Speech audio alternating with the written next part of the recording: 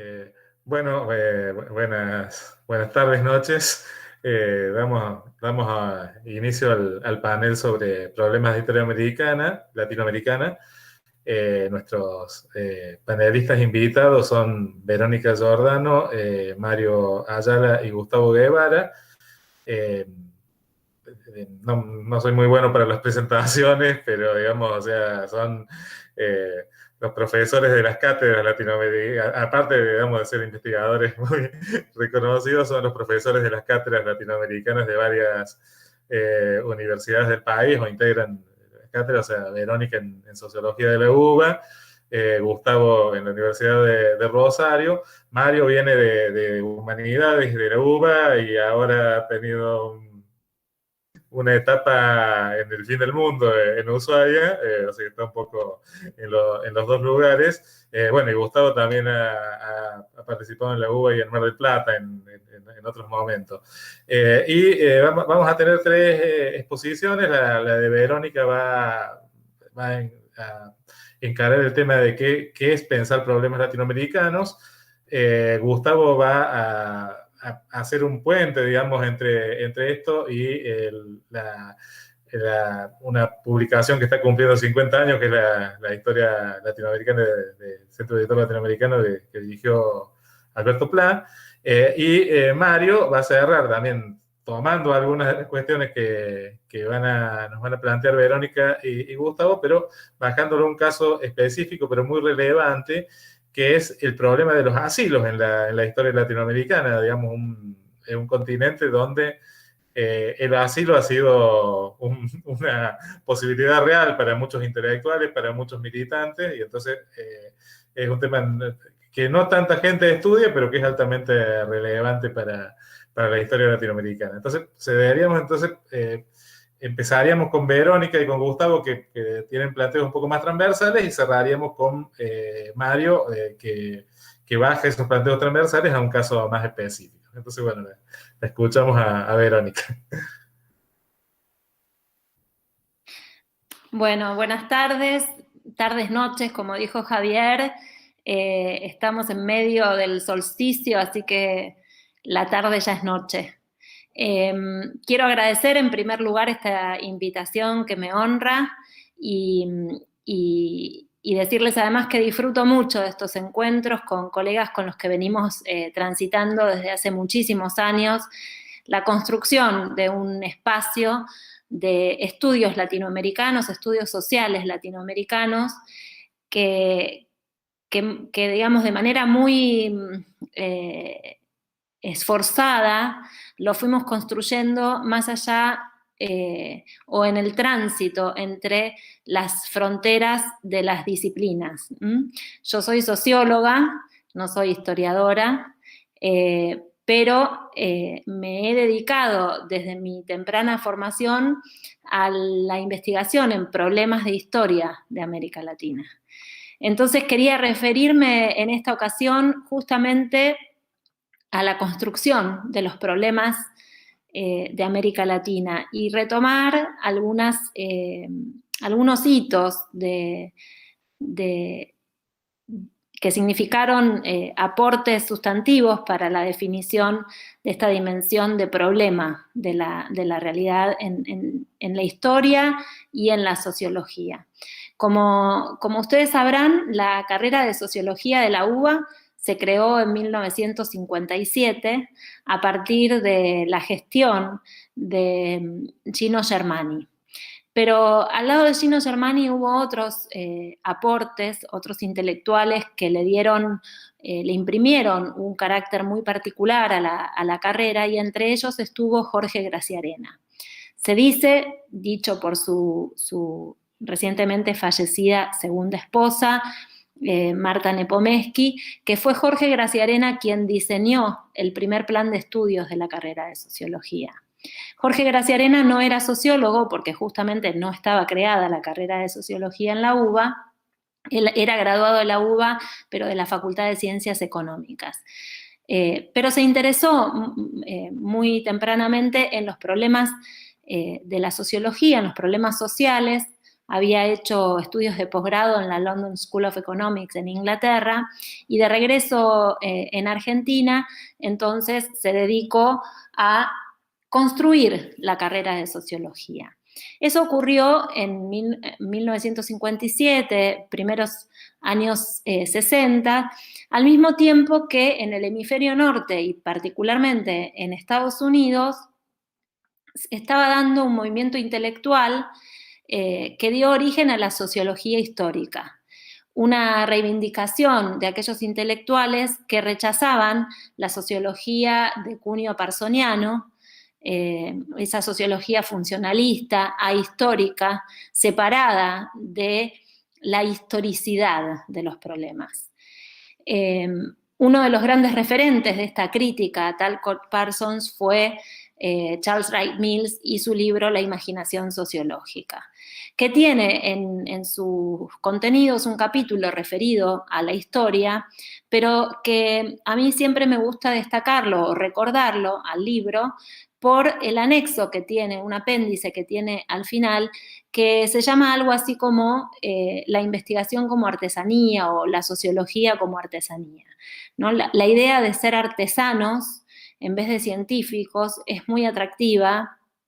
Creo que es muy atractiva hoy, en medio de la pandemia, cuando la ciencia está siendo profundamente cuestionada en su tradición hegemónica, en su voluntad de escribirse e inscribirse como ciencia con mayúscula, como verdad con mayúscula. Y estos cuestionamientos provienen tanto de la derecha con la posverdad y los negacionismos como por parte de la izquierda, históricamente digamos, vinculada a movimientos emancipatorios, incluso de la hegemonía de determinados centros científicos, pero también cuestionada desde el sentido común, ¿no?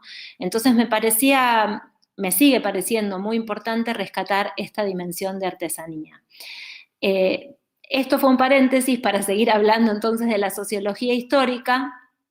En Estados Unidos y en Inglaterra, la sociología llevaba ese adjetivo histórica porque justamente se levantaba contra una sociología que pretendía estar suspendida en el limbo sin reconocer no solamente la historia en términos de narrativa, sino la historicidad, ¿no? La temporalidad intrínseca a todos los procesos sociales.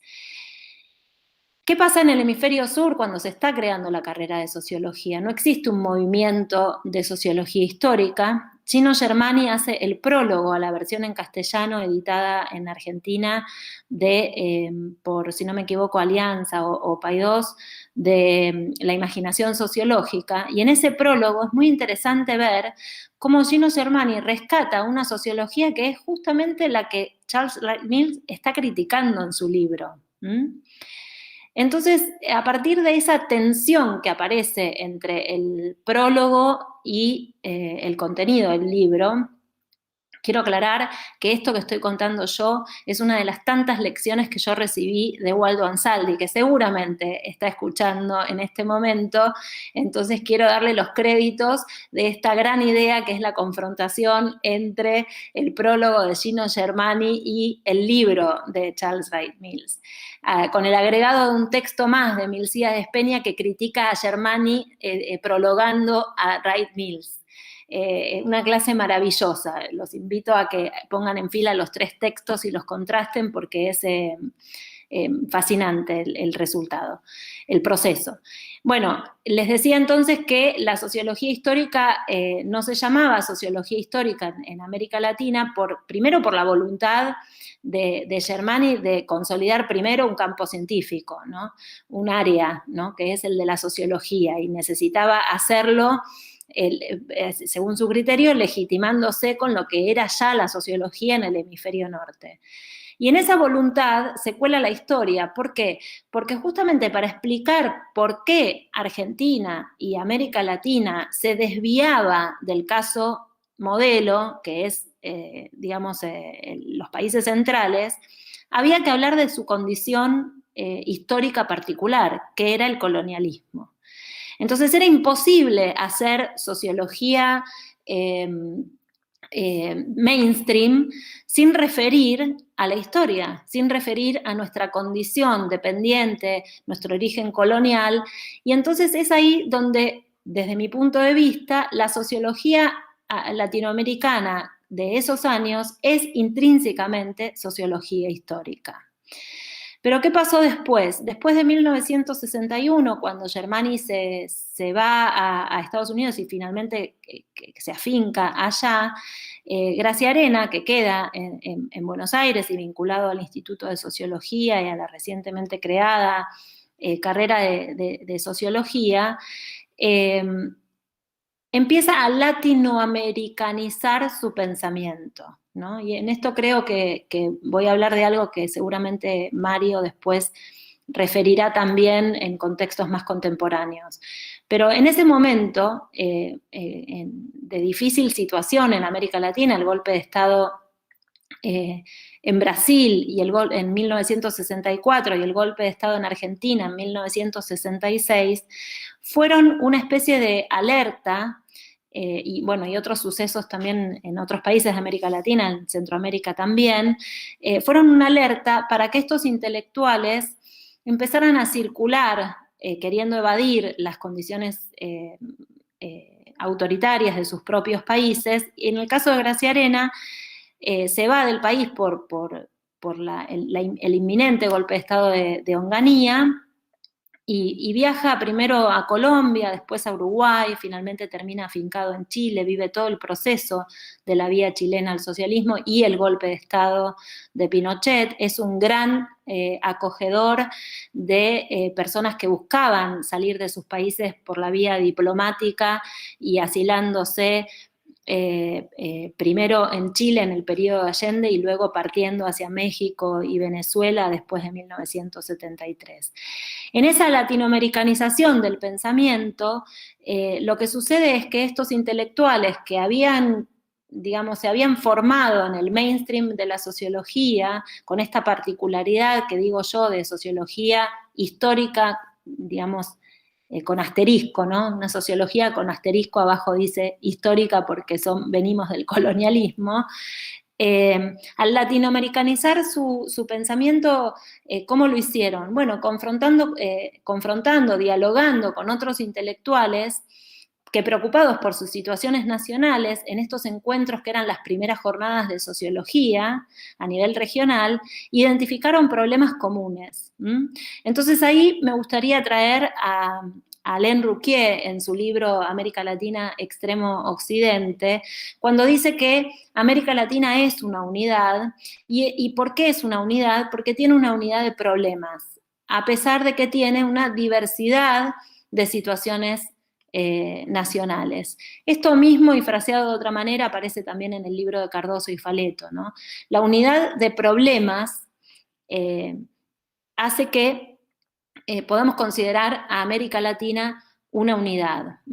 Más allá de, obviamente, todos los procesos de integración regional que desde los tiempos de la independencia fueron marcando una voluntad de concebir a América Latina como unidad, tenemos en el nivel conceptual, ya no en el nivel, si se quiere, histórico-político, sino más bien me estoy refiriendo a un nivel conceptual, intelectual, conceptual, de cómo darle a esa unidad de problemas justamente ese criterio de unidad, y esto se logra a través de la conceptualización, y entonces ahí aparecieron conceptos que son conceptos que atraviesan a todos los países de América Latina. Cuando nosotros decimos dependencia en Argentina y decimos dependencia en Guatemala, sabemos perfectamente de qué estamos hablando, y estamos hablando de lo mismo. Entonces, recién antes de comenzar esta charla, los primeros en llegar a la cita habíamos sido Javier y yo,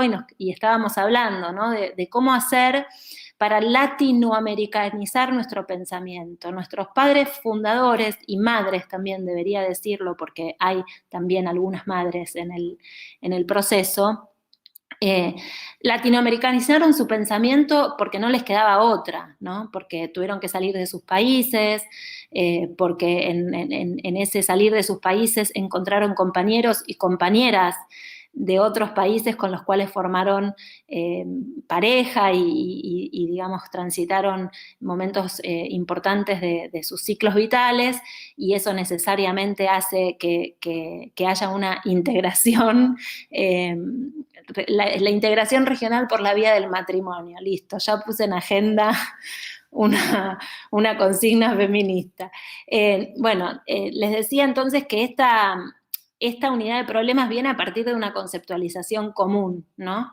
Una conceptualización en común. Y conversando con Javier pensábamos que en la situación actual de nuestros posgrados, un esfuerzo de latinoamericanización del pensamiento estaría dado en machacar profundamente para que los y las estudiantes que estén realizando investigaciones de tesis puedan identificar no solamente un caso de estudio en comparación con otro país de América Latina, que sería lo deseable, sino quizás, si eso no se logra, un punto un poco más humilde, pero igualmente desafiante y de gran envergadura, sería identificar conceptos a partir de los cuales trabajar con ese caso único, que luego permitan generalizaciones, que luego permitan llevar adelante comparaciones con otros países de la región.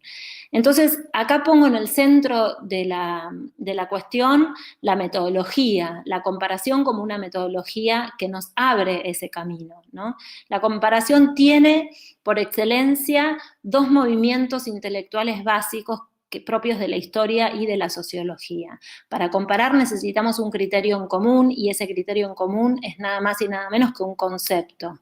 Entonces, la conceptualización trabaja en el nivel de la generalización, que podríamos decir pertenece más al campo de la sociología primordialmente, ¿no? Digamos, la inclinación sociológica por excelencia.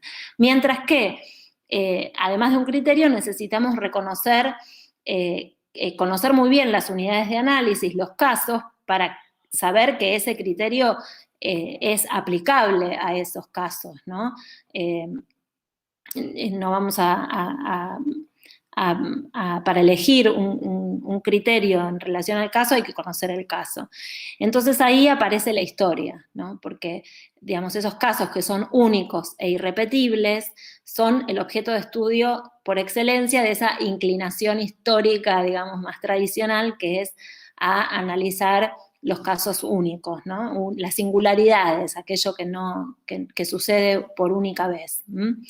Entonces, bueno, creo que puedo dejar acá, pero antes de terminar, entonces resaltar estas cuestiones, ¿no? La problematización de América Latina a partir de conceptos en común y de una metodología como la comparación, que puede ser la comparación de caso único, ¿no? Ahí Charles Tilly habla de 4 estrategias de comparación, y la individualizadora es justamente el análisis de un solo caso.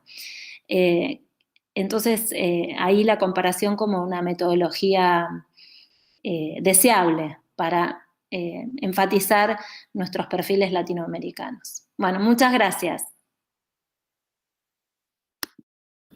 Bueno, muchas gracias, Verónica. Si nos está escuchando que nuestra última, la anterior jornada con historia, que fue presidencial, fue uno de nuestros conferencistas, así que bueno, un abrazo. Bueno, seguimos entonces acá con Gustavo acá. Bueno, buenas noches a todos y a todas. Yo también desde ya que agradezco la iniciativa que han tenido acá los compañeros de Córdoba y las compañeras para generar estos espacios que, como bien decía Verónica, son para nosotros productivos y estimulantes al mismo tiempo. Por otro lado, bueno, escuchándola a Verónica, digo, me hubiera gustado que hable 20 minutos más, pero si vamos a cumplir con el protocolo, ahora que está todo protocolizado, efectivamente me va a tocar intervenir a mí. Yo, por un lado, me parece que en un día como hoy, hacer una mención a el tema del fallecimiento de Horacio González. Bueno, estamos en un contexto de pandemia, venimos con una coyuntura muy, muy difícil desde marzo del año pasado, pero bueno, la pérdida de Horacio realmente se siente muchísimo, ¿no? Entonces, no quería dejar de mencionar esto, aunque seguramente el mejor homenaje que se le puede hacer a él es lo que estamos haciendo hoy, debatiendo, tratando de pensar esto de latinoamericanizar el pensamiento, como decía Verónica, y me parece que, bueno, que es una contribución que todos estamos haciendo a ese camino y esa línea que hay que seguir generando, ¿no? Yendo un poco al esquema que yo me había trazado, y aprovechando, bueno, estas coordenadas, como decía, que tan claramente planteó Verónica, me pareció que un punto de partida para retomar la problemática de esto de la historia latinoamericana podía ser recuperar una mención sobre lo que fue la historia de América Latina del siglo XX, que se empezó a publicar en forma de fascículos a partir de 1971.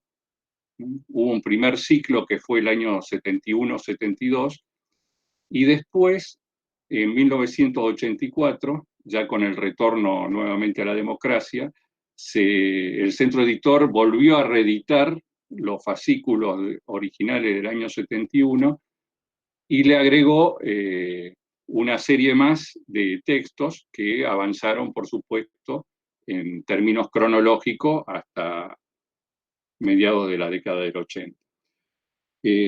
Como se cumplen, bueno, 50 años de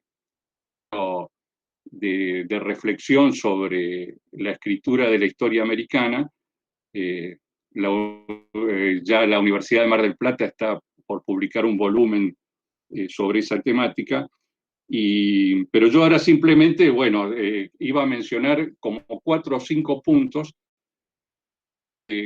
interesante tener en cuenta para llevar entonces el debate, no dejarlo circunscripto a medio siglo atrás, sino también traerlo a la problemática de la historia latinoamericana actual.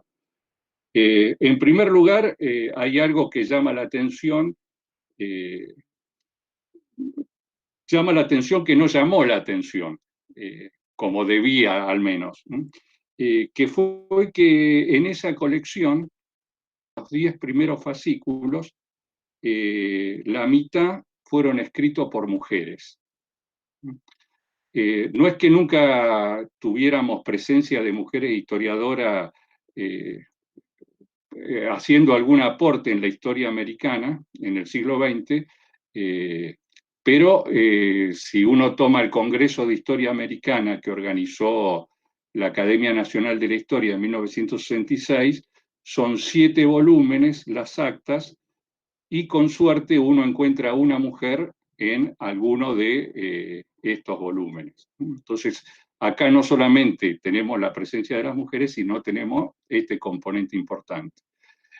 Si vamos al año 1972, la historia del movimiento obrero que dirigió también Pla, el tomo 1 tiene casi su totalidad, más de las 2/3 partes de ese volumen redactado por mujeres. Entonces, bueno, ahí tenemos una irrupción de historiadoras que, bueno, tienen que ver con las transformaciones que se estaban dando en los años 60 en la sociedad argentina y más allá de Argentina, pero que es interesante tomar en cuenta. Cada uno de los fascículos estaba dedicado a un personaje, y a partir del personaje se reconstruía una coyuntura histórica y una serie de problemas que giraban en torno de eso. Todos los fascículos, entonces, están centrados en varones.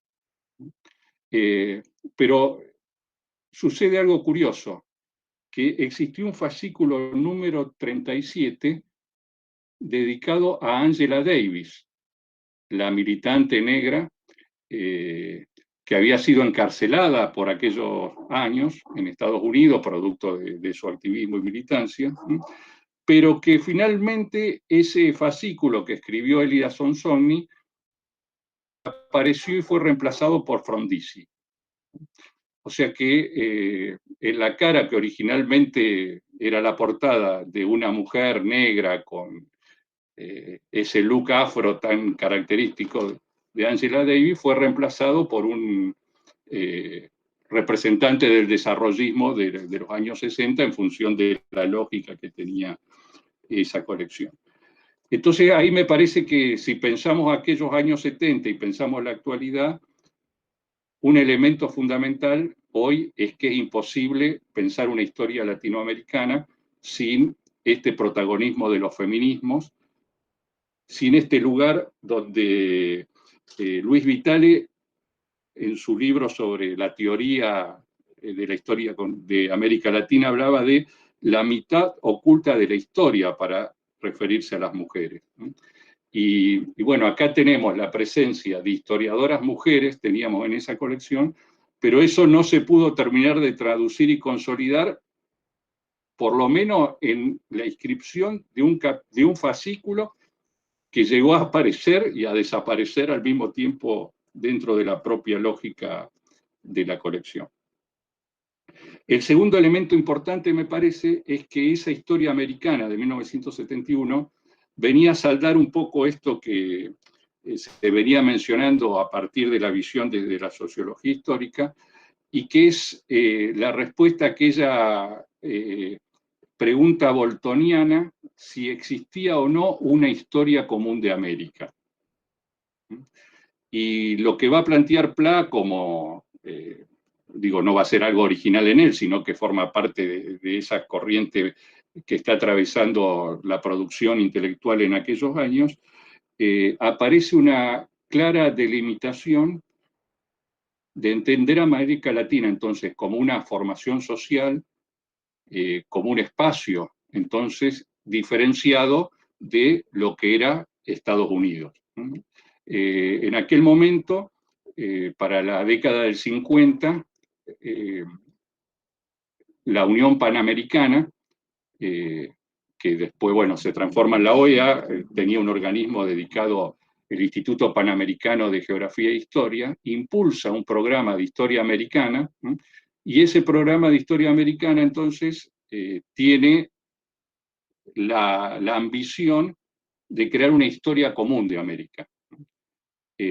Bueno, desde ya que el representante de Estados Unidos en ese proyecto es uno de los que más alienta esta interpretación, entonces, donde podría existir este pie de igualdad. Entonces, como decía Verónica, si vamos a hacer de una categoría como dependencia, una categoría, bueno, que tiene que ser atendida para poder entender lo que es la historia del siglo XX, no podemos entonces borrar, minimizar y desconocer esta situación cualitativamente distinta que poseen los países centrales con respecto a los países periféricos.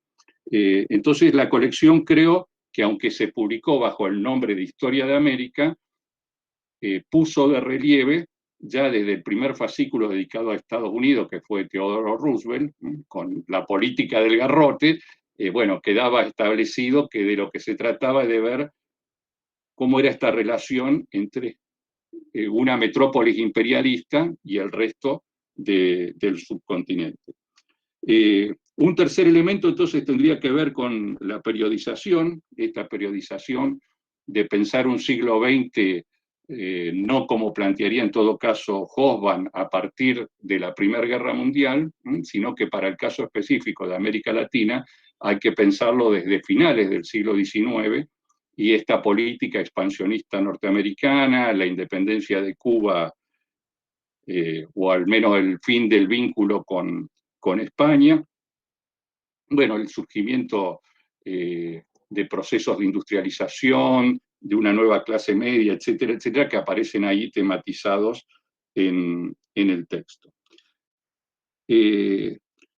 Cuarto elemento que yo creo que es importante recastar y que va también en línea de lo que se venía planteando.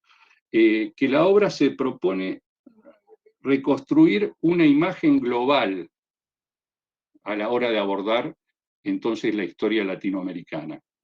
No se plantea lo que después tan en boga van a poner las corrientes posmodernas, esta idea de la historia en migaja, de la fragmentación, de lo micro completamente descontextualizado y desgajado de esta idea de totalidad. Y creo que eso va muy asociado a la cuestión de la fuerte influencia que por aquel momento se sentía de la escuela de Annals y fundamentalmente también del materialismo histórico. Me parece que es muy importante discutir esta, y es central la cuestión teórico-metodológica, y ahí, bueno, algo me parece que hay que pensar, repensar y no omitir en torno a esta cuestión. Y finalmente, el otro punto que creo que era rescatable e interesante de esa colección tenía que ver con este proyecto de divulgación. Era una obra que estaba pensada para llegar a un público amplio y que esto de América Latina entonces formara parte de un debate no para especialistas exclusivamente o circunscripto a los alumnos de una materia de historia latinoamericana, de las carreras de historia, sino justamente como parte de un debate que es mucho más abarcador y mucho más general. Lamentablemente, como sabemos, los avatares de la historia política argentina hicieron que la dictadura militar implicara un momento de ruptura, desmantelamiento.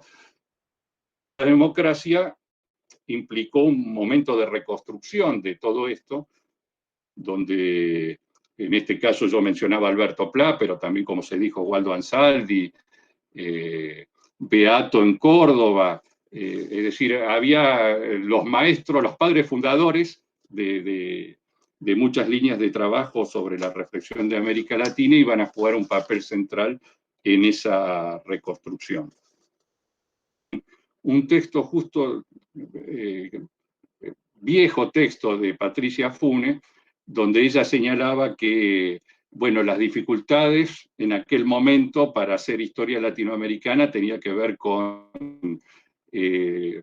la imposibilidad de acceder muchas veces a los archivos, a la actualización bibliográfica, a contar con recursos humanos formados. Afortunadamente, si vamos a la actualidad, esas cuestiones hoy están completamente facilitadas a partir de las que brinda, bueno, la conectividad, ya no hace falta ir hasta Ámsterdam para poder consultar el archivo de historia social de Ámsterdam o para ir a cualquier otro reservorio en América Latina, sino que tenemos afortunadamente, digamos, una fluidez interesante sobre eso. Pero ella señalaba un punto más que no casualmente por estas semanas que pasaron volvió a ganar actualidad, que es la autopercepción que tenemos en la Argentina sobre nuestra condición.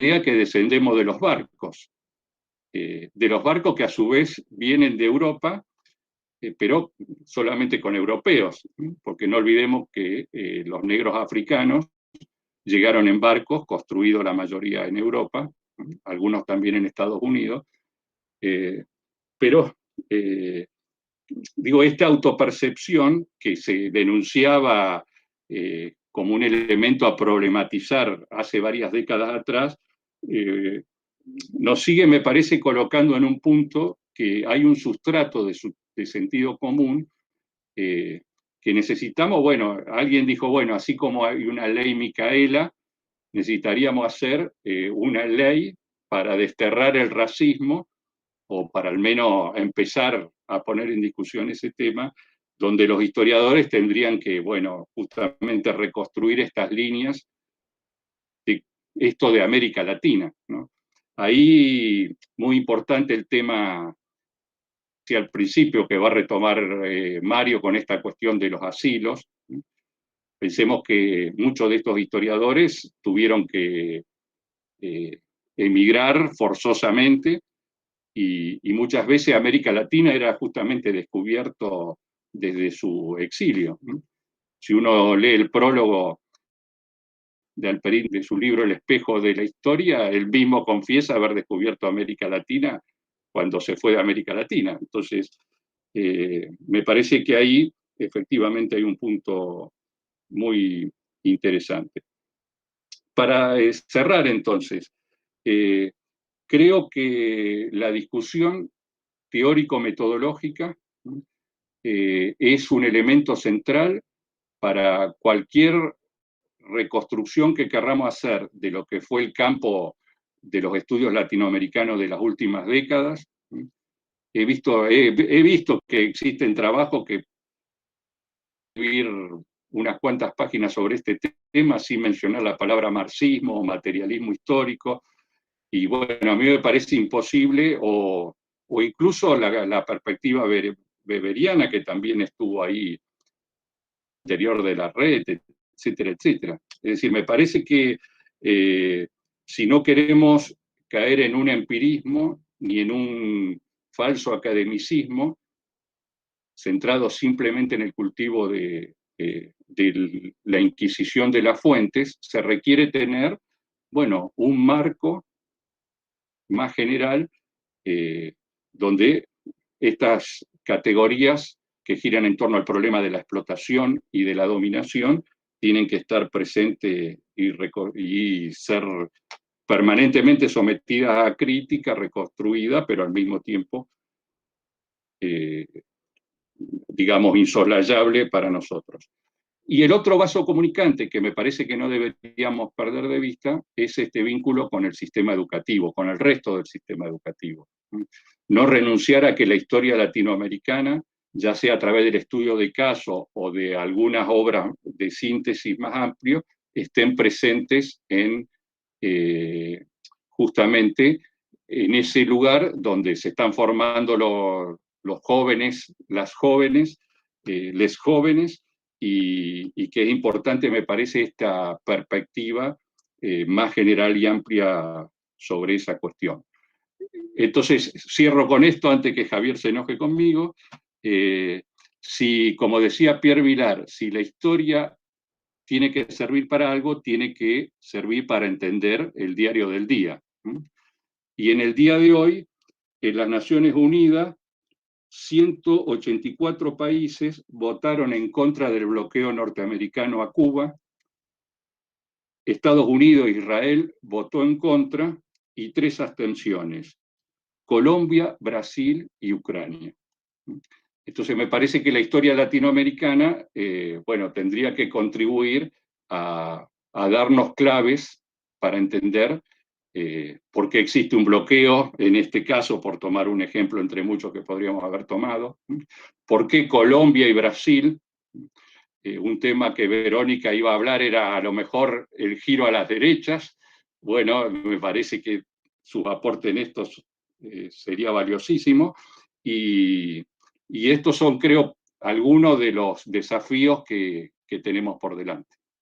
Pero me detengo acá y perdón por excederme algún minuto. Muchas gracias, Gustavo. Bueno, vamos a cerrar ahora con Mario. Veo como que se están encadenando las exposiciones de una manera muy interesante.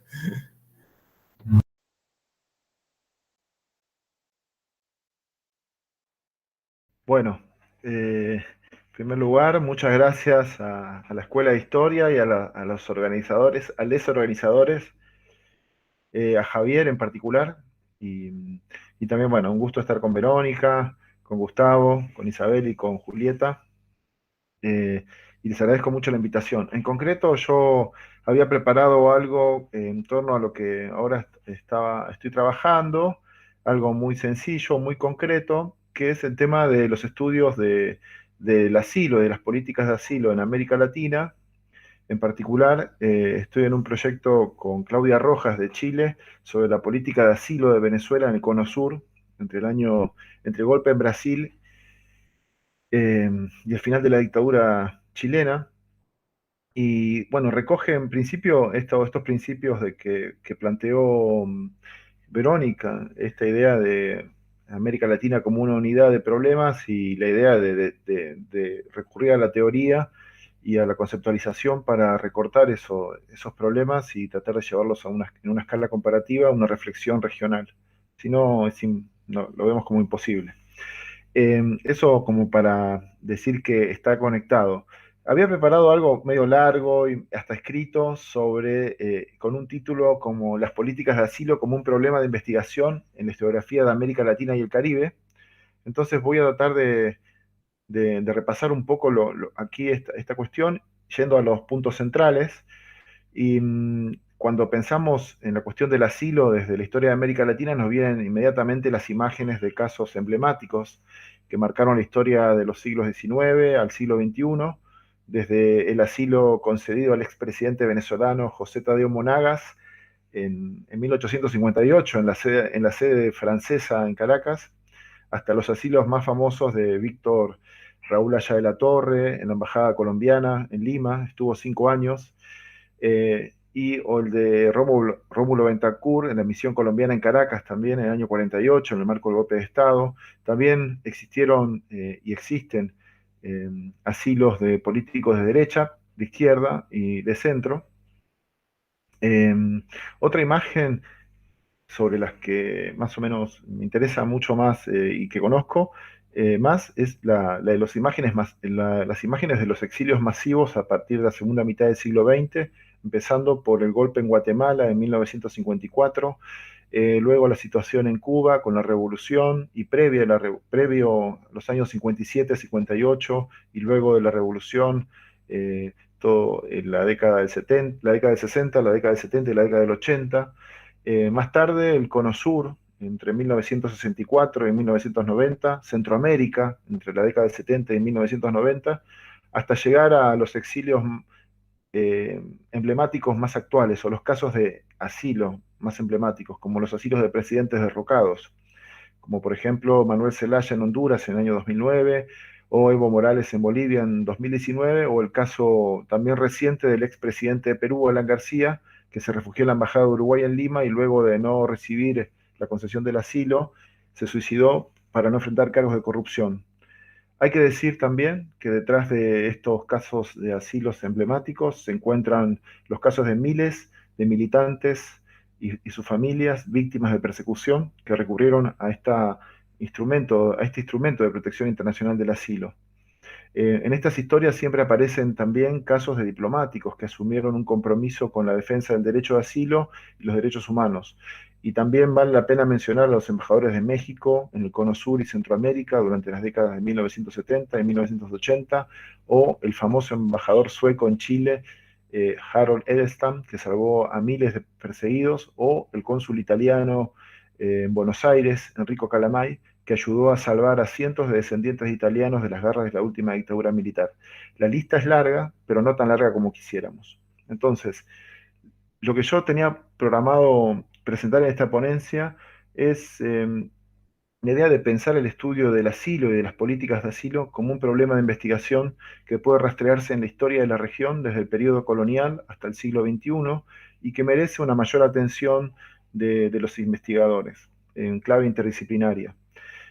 Por lo tanto, también hay que tener en cuenta que el estudio de las políticas de asilo y del asilo tienen que ir en paralelo del estudio de las políticas de destierro y exilio, pues en América Latina, desde el periodo de las guerras de independencia y de la consolidación de los Estados-nación en el siglo XIX, el exilio, entendido como la exclusión de opositores políticos fuera del territorio nacional, se convirtió en un mecanismo central de la vida política de la región, como dicen Mario Schneider y Luis Roniger.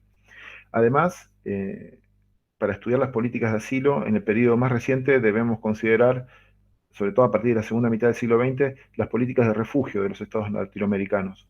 Por lo tanto, esta tríada de exilio, asilo, refugio, son conceptos, son experiencias que nos ayudan a estudiar este fenómeno en clave regional. En este sentido, y acá ya incorporé lo que comentaba Verónica y también mencionaba Gustavo, Debemos estudiar los asilos, los exilios y los refugios en la historia de la región, retomando esto que se comentaba en el panel, definiendo a América Latina como una unidad de problemas en común y que solo es posible aprender a través de la conceptualización de los problemas y de la metodología de la comparación.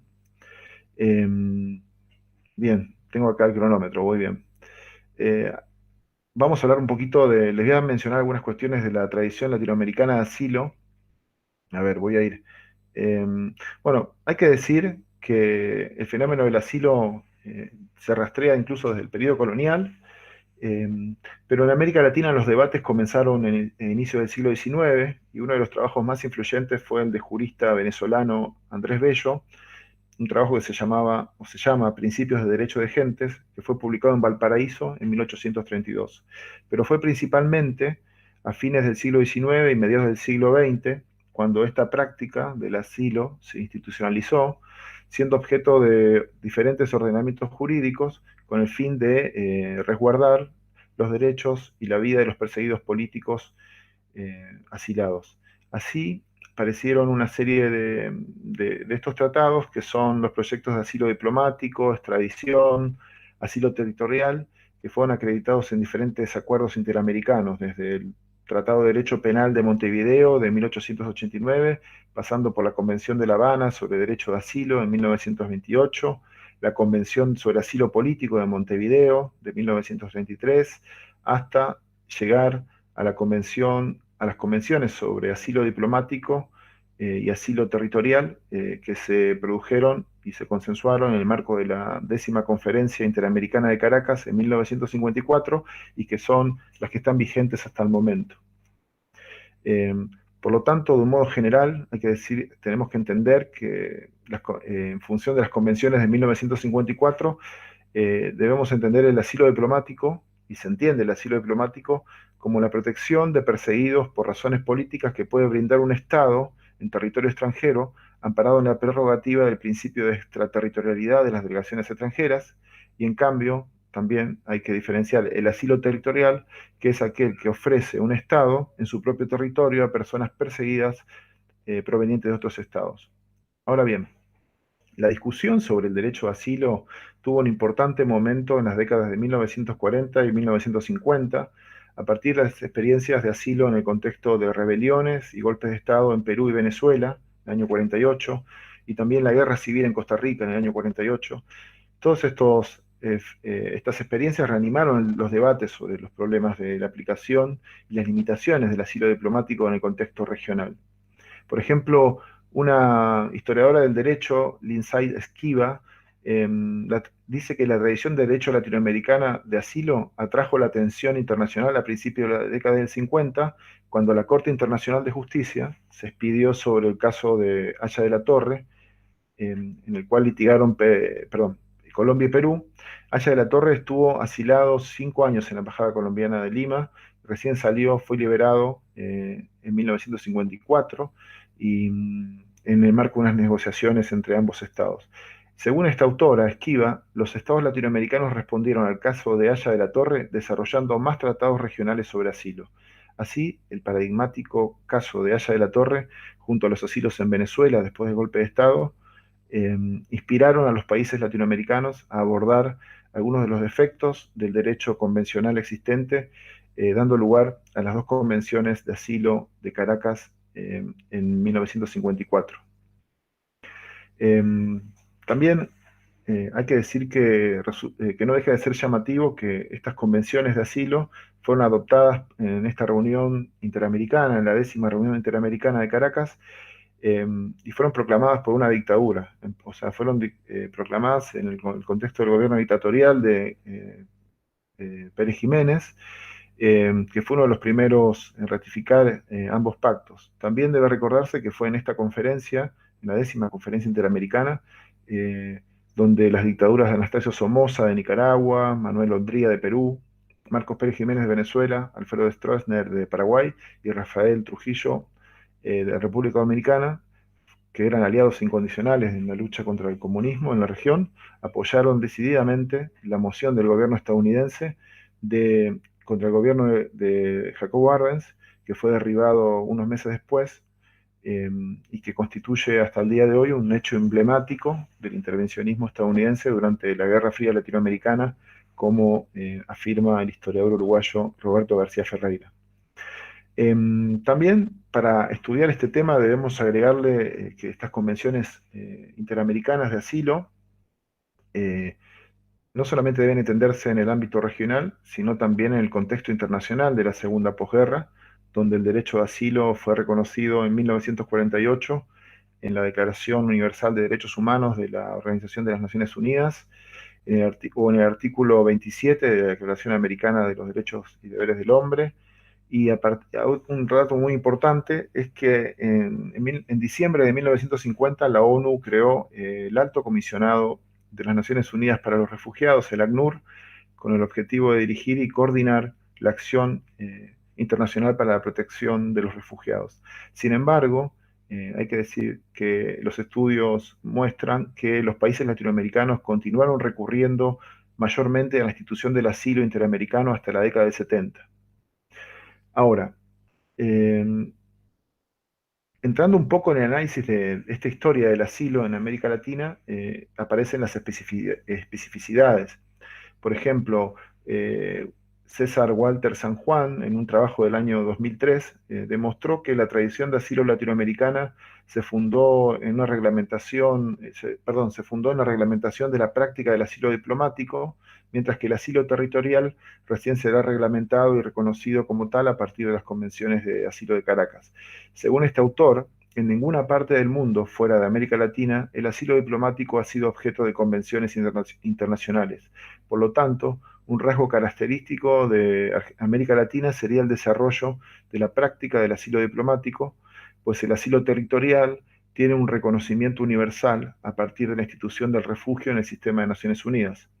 Esto último, la cuestión del refugio, la cuestión del asilo territorial, ha llevado a una confusión de los términos asilo-refugio y a entenderlos como una dualidad de sistemas de protección de perseguidos que ha prevalecido hasta el día de hoy en la política de los estados de la región. Y esto tiene consecuencias negativas sobre los derechos y sobre todo sobre la seguridad de los solicitantes de asilo.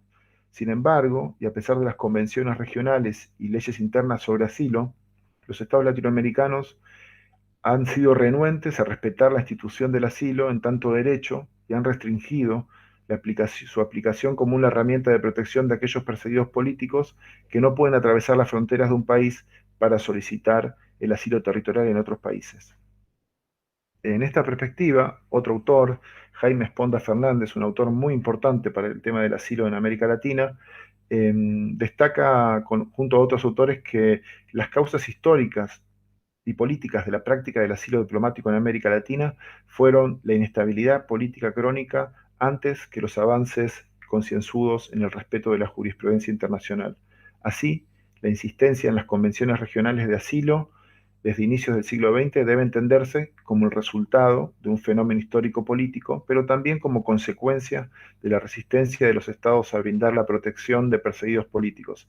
En definitiva, las convenciones de asilo habrían sido concebidas para limitar las prácticas restrictivas de los gobiernos más que para consagrarlas. Saltando un poco en las dictaduras de seguridad nacional que se instalaron en América Latina durante las décadas del 60 y del 70 y sus métodos de represión masivos provocaron la exclusión y persecución de decenas de miles de opositores políticos y sectores desafectos de las esferas públicas y políticas nacionales. Este fenómeno de masificación de los desplazamientos en la región a partir de los años 60 se caracterizó por una diversificación del perfil de los solicitantes de protección internacional y frente a esta inédita situación, los estados se acercaron más al sistema de protección de refugiados de Naciones Unidas. Acá está el caso de los refugios en Chile, un poco lo que nombraba, de modo general al inicio, Verónica.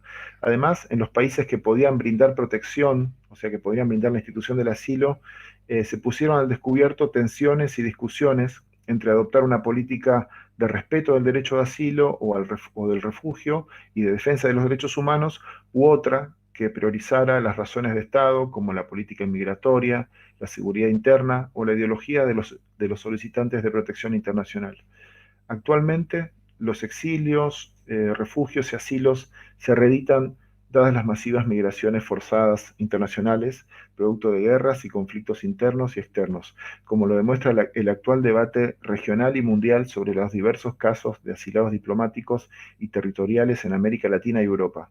Situación que invita a un necesario debate sobre los mecanismos de protección de perseguidos políticos en torno a la aplicación de las convenciones interamericanas y las convenciones de refugiados de Naciones Unidas. De esta perspectiva, sería ideal, y acá termino, contar con avances de investigación empíricos y teóricos que aborden diversos aspectos de las políticas de asilo y refugio de exiliados en América Latina y el Caribe durante los siglos XIX, XX, con una perspectiva interdisciplinaria y en las múltiples escalas y dimensiones de análisis. Creo que podría dejar acá, porque me parece que ya estoy en el tiempo. ¿Les parece bien? Después se abrirá el debate. Perdón, tuve que leer un poco. Tengo dos, Está bien, ¿eh? tengo dos preguntas. Tengo dos preguntas, las adelanto, eh, pero bueno, espero las preguntas para formularlas. Nada más. Gracias. Gracias, Mario. Igual, María, Es realmente acá perdón. pensando algunas cosas.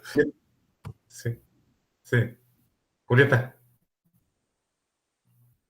No, sí, sí, iba a decirle a Mario que si quiere iniciar con las preguntas, así después, mientras van haciendo por el canal de YouTube el resto de los visitantes que tenemos, hacemos las otras preguntas, ¿sí? Así que si quieres iniciar el debate. Bueno, gracias, Julieta. Tenía dos preguntas generales, pero que me parece que son centrales, sobre todo pensando en Verónica y en Gustavo, que son, hay que decir, son gente que sabe muchísimo, y que creo que tienen la mirada como para tratar de responder algo sobre esto. Eh, por un lado, para Verónica, ¿qué conceptos y problemas detectás como como importantes o como ausentes en los estudios latinoamericanos actualmente? O sea, un poco en esta clave que venías preguntando, o sea, ir planteando como qué hay, qué no hay, o qué hay de nuevo, o por dónde deberíamos, o qué tema se nos está escapando.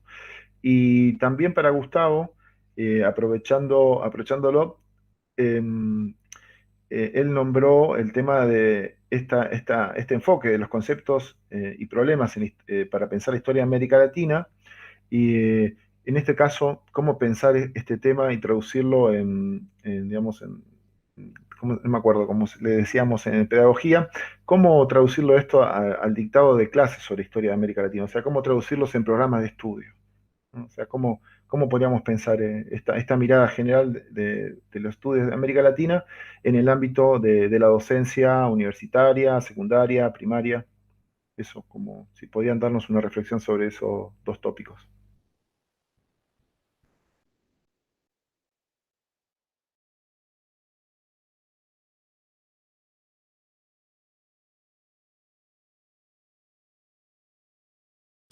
¿Les parece que Bueno, si quieres arrancar. Sí, Verónica. bueno, Justo salió Javier. sí, bueno, ya volverá, ¿no? No, pensaba que cuando me invitaron a esta instancia, yo me había comprometido a hablar de las mujeres de las derechas en América Latina.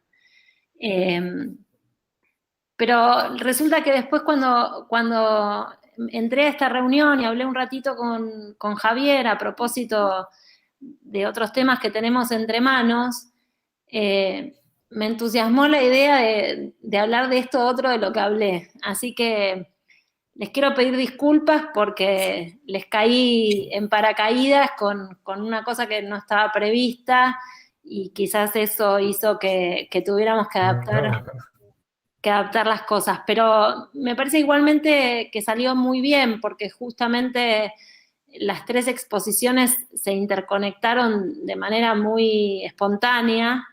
Pero Pero entonces entre aquellos problemas comunes que identifico, uno de ellos es el estudio de los procesos sociohistóricos de América Latina desde una perspectiva de género.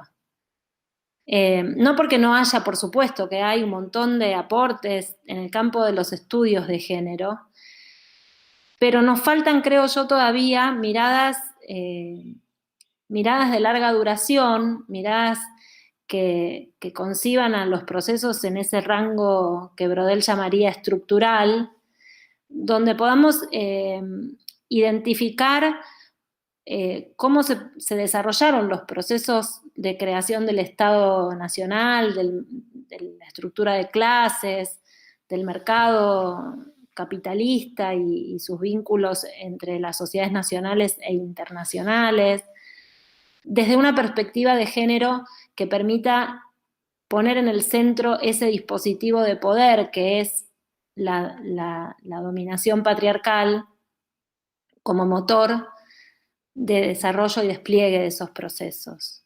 En ese sentido, las miradas de conjunto, las miradas de larga duración, las miradas que no reparen en una polarización respecto de una historia de mujeres y con mujeres y para mujeres, por un lado, y una historia patriarcal y de grandes procesos por el otro, ¿no? Creo que ahí, cuando yo empecé mi tesis de doctorado, fue porque estaba bajo un proyecto que dirigía Waldo en ese momento sobre democracia y nación en América y ciudadanía en América Latina, y leyendo a Thomas Marshall en su libro Ciudadanía y Clases Sociales, el autor decía como muy al pasar que lo que él estaba diciendo corría para Inglaterra y para los varones. Y en una frase entre comas ponía, porque si fuera sobre mujeres, la historia sería otra. Y yo dije, uy, acá hay una posibilidad de investigación enorme, porque los derechos civiles no estaban estudiados. Y es fundamental, yo recién cuando intervine hablaba un poco en broma acerca de los procesos de integración, el matrimonio como estrategia de proceso de integración, pero cuando uno mira el matrimonio no solamente como estrategia de los varones de la élite política decimonónica, que a través de sus mujeres llegaban, digamos, a capitales materiales y simbólicos que les permitía el acceso a la conducción de sus países, sino también cuáles son las estrategias de las mujeres. Y analizando las mujeres de las derechas me encontré con muchas sorpresas, ¿no? En general, cuando hablamos de los matrimonios presidenciales, hay ciertas voces de rechazo de esta circunstancia, en general vinculadas a una mirada, si se quiere, antipopulista, ¿no? Donde el matrimonio presidencial está matriciado por la figura de Perón y Evita, o Néstor y Cristina. Pero cuando uno mira, o de Perón e Isabelita, cuando uno mira más ampliamente, ¿no? Otras circunstancias históricas, empiezan a aparecer estrategias matrimoniales donde la cláusula de objeción o de prohibición de la asunción de la presidencia por parte de la cónyuge del presidente en ejercicio fue utilizada con fines antidemocráticos, ¿no? Esa cláusula liberal o neoliberal que dice, bueno, para evitar los populismos y los matrimonios presidenciales, entonces la Constitución que diga que las esposas de los presidentes no pueden presentarse a elecciones en el periodo consecutivo al de su cónyuge. En el caso de Perú, Susana Higuchi, esposa de Alberto Fujimori, fue impedida de acceder a la posibilidad de presentarse como candidata en base a una ley que se llamó Ley Susana, justamente su nombre, Susana Higuchi, dictada por el dictador Fujimori, primer presidente de la transición a la democracia, procesado y encarcelado por delitos de lesa humanidad, que a través de esa ley impidió que su esposa se postulara a elecciones. No solamente eso, sino que además la torturó, fue objeto de múltiples vejaciones.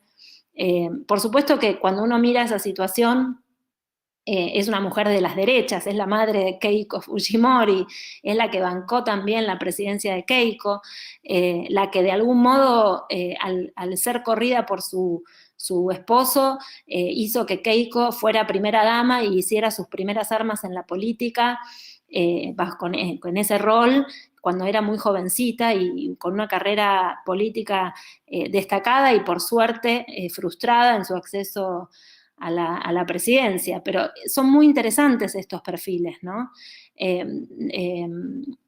Por otro lado tenemos el caso de, Sandra, se me fue el apellido, me da bronca, de Guatemala, la esposa de Colom, que quiso también presentarse a elecciones, para lo cual tuvo que divorciarse de su esposo, en ese momento presidente, y en ambos casos, Susana Iguchi y Sandra, no me acuerdo el apellido, resulta que eran mujeres que habían trabajado en la construcción de las candidaturas de los varones, habían sido grandes hacedoras de esas candidaturas.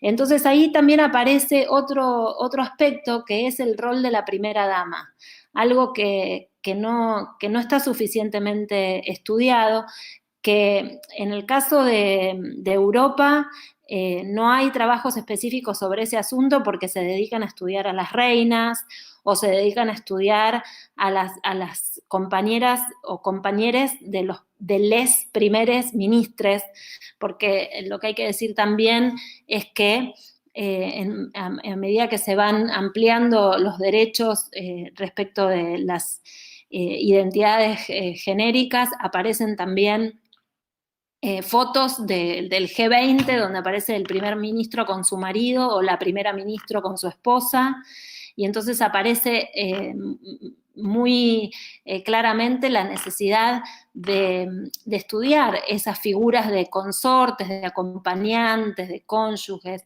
de los poderes ejecutivos de los países, porque tienen un rol político, a pesar de que no cuentan con una designación institucional, digamos, no tienen ni presupuesto, son figuras protocolares, pero resulta muy interesante.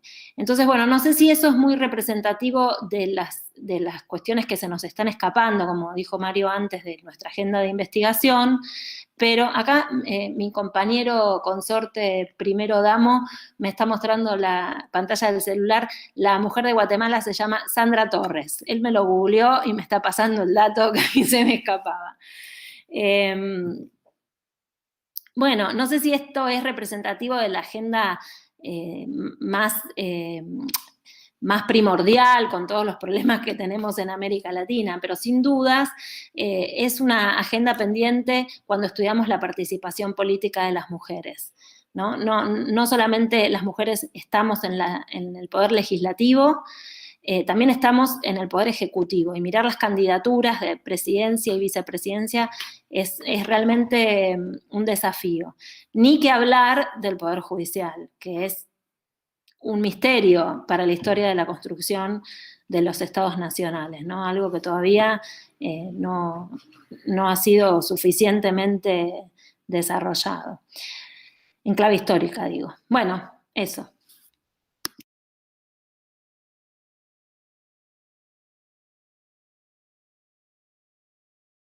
No sé si sigo. Avanzamos bien, perfecto. Bueno, gracias Mario por la interpelación para desplegar un poco alguna cuestión en torno a esto de lo que debería ser una incidencia sobre el sistema educativo. Hay sobre ámbito que no tengo la más mínima idea, porque escuela primaria a nivel inicial nunca tuve una experiencia directa pero sí he dado clase en la escuela secundaria, lamentablemente hace muchos años ahora que no pude retomar porque bueno, uno tiene un máximo de hora y no puede seguir acumulando cosas. Pero siempre me pareció importante tener ese vínculo con el nivel medio porque creo que no se pueden escribir textos para la escuela secundaria en la formación de los futuros profesores de historia, en este caso, si uno no tiene idea de cómo es la realidad concreta de ese nivel. Cada jurisdicción tiene sus particularidades. Lamentablemente, acá en la provincia de Santa Fe, hace unos años atrás, se impulsó una reforma que buscó desterrar la materia historia de la escuela secundaria. Entonces se dio toda una pelea, se logró que se conserve algunas horas en algunos años y quedó un esquema muy paupérrimo como carga horaria para la escuela secundaria. Por otro lado, los institutos de formación terciarios, además desde ya de la universidad, ahí logramos cambiar el plan de estudio y entonces ahora este año se incrementaron las horas dedicadas, se creó una materia nueva que es Historia de América 3, para dedicarse de 1930 a la actualidad. Entonces tenemos una situación contradictoria, que hay una ampliación en la posibilidad de profundizar la historia latinoamericana en los ámbitos de formación docente, pero que después ese docente no va a poder volcar casi nada de lo que está adquiriendo como herramienta, instrumento para ese ámbito. Pero bueno, ahí creo que hay que seguir dando una batalla. Me parece que el objetivo fundamental en el sistema educativo y la presencia de la historia latinoamericana tiene que ser esto de ayudar a pensar históricamente. Entonces, yo decía lo de que venimos de los barcos, pero uno ha visto las compilaciones de frases de otros presidentes anteriores al actual y se sigue reproduciendo este mito de la blancura, de que somos hijos de los gringos, etcétera, etcétera. Entonces, bueno, ahí creo que hay que dar un cultural. Y uno de los problemas que tenemos y que me parece que la historia latinoamericana podría contribuir es este tema del mito que generamos con que en 1813 desaparece la cuestión de la esclavitud como cuestión trascendente en la historia argentina. De hecho, en los actos escolares tenemos negros cuentapropistas en 1810 y después desaparecieron del resto de los actos. No existe ni el 20 de junio, ni el 17 de agosto, ni el 9 de julio, etcétera, etcétera. Y en general creo que es un problema que a su vez es un mito argentino, pero también hay un sentido común de haber construido una idea de la falta de peso específico que efectivamente tuvo la cuestión de los negros esclavizados a lo largo del siglo XIX. Porque si uno piensa en el caso de Brasil o de Cuba, que recién suprimen la esclavitud en 1886 y 88, bueno, se atravesó todo el siglo XIX teniendo esa problemática como una problemática esencial. Entonces, me parece que pensar históricamente ayuda a reevaluar estas cuestiones que han ido construyendo una idea que, bueno, es una idea bastante desdibujada. Si nosotros pensamos en San Martín y su primer proyecto de organización del Ejército de los Andes, San Martín le manda una carta a Tomás Guido planteándole formar el Ejército de los Andes sobre la base de casi 10.000 negros. Incluso le manda el detalle de cuántos negros esclavizados tenían que aportar cada una de las provincias. Después finalmente, es más, le dijo a Guido, van a pensar que estoy loco planteando el ejército con estas características. Lo que terminó pasando después, que fueron muchos menos los incorporados, con las garantías de que ninguno ocupe cargos de oficiales. Pero bueno, hay, me parece, elementos importantes que nosotros podríamos aprovechar desde el área de América Latina, para mostrar estudios comparativos, trabajos comparativos, y al mismo tiempo preguntas e interrogantes que serían interesantes para generar un elemento disruptivo. Acá se mencionó esta cuestión de las mujeres. Si pensamos en la Constitución de Haití de 1805, es una constitución que habilita el divorcio. Nosotros en la Argentina finalmente conquistamos el divorcio a finales del siglo XX, y a inicio del siglo XIX Haití ya tenía planteada esta cuestión. Aparece la cuestión sobre los hijos y incluso la figura de la mujer como sujeto revolucionario en la Declaración de Independencia de Haití de 1804. Creería que es la única declaración de independencia de América donde aparece la mujer en un pie de igualdad junto con los varones como un sujeto revolucionario.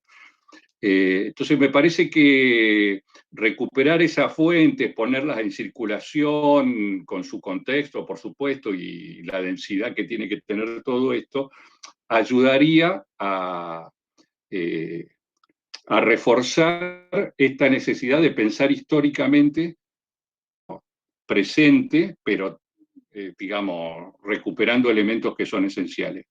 Una cosa que hoy está muy presente es esta cuestión de los destructores de monumentos, de estatuas. Se dio en Colombia, en Chile, en Estados Unidos. Bueno, acá en su momento Bayer había hecho una campaña importante sobre el tema de las estatuas de roca, en Europa mismo. Me parece que ese también es una cuestión que hay que alimentar, porque efectivamente se ha construido un imaginario donde no solamente estaban invisibilizadas las mujeres, sino también los pueblos originarios, los negros, y aparecía toda una consolidación de ese supremacismo blanco que se refleja en el tema por ejemplo, del uso del espacio público a partir de estos monumentos. Parece increíble, pero bueno, en el caso de Estados Unidos tenemos estatuas monumentales a personajes que reivindicaron que los casi 4 millones de negros esclavizados que existían en Estados Unidos siguieran siendo esclavos. Decían, para justificar su intervención en la guerra civil, el norte nos quiere quitar la libertad de que podamos tener esclavos. Bueno, ellos peleaban por la libertad de poder tener esclavos, y esa gente tiene monumentos, y cada monumento es una reivindicación a esta cuestión del esclavismo. Entonces, que el espacio público aparezca intervenido y poniendo en debate, lo mismo, bueno, pues se podrían tomar los casos en Colombia, la otra vez con la estatua de Colón, y otros tantos casos, me parece que son elementos interesantes a un debate donde desde el ámbito educativo hay que hacerse cargo, creo, de esas situaciones. Y sin duda, bueno, lo hemos conversado también muchas veces, si pensamos en su momento que formamos parte del Mercosur, no puede ser que no conozcamos mínimamente cómo es el pasado de los países con el cual uno está asociado. Si lo llevamos a una proyección más general de Patria Grande, otro tanto. Entonces, bueno, me parece que de lo que se trata es de tratar de generar iniciativas, poner en circulación materiales y poner en debate estas cosas. Yo no tengo mucha más claridad de por dónde puede ir una estrategia que dé una solución satisfactoria a este tema, pero me parece que está bueno poder ir alimentando entonces problemáticas para tratar de complejizar y recuperar una visión sobre el pasado que, bueno, como han insistido creo que casi todos los historiadores serios, la visión que construimos del pasado es una construcción que interfiere con el presente y da connotaciones importantes sobre el futuro.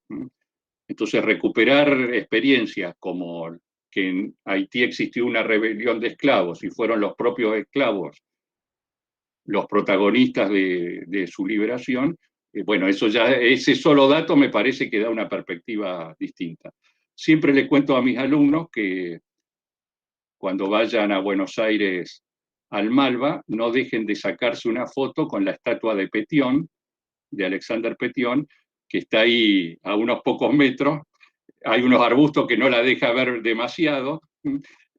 Como es de bronce, bueno, no sé si alguien se da cuenta de que era un mulato y no un blanco, pero me parece que la cuestión de los monumentos, las estatuas y todo esto es una herramienta más para el debate historiográfico en las calles.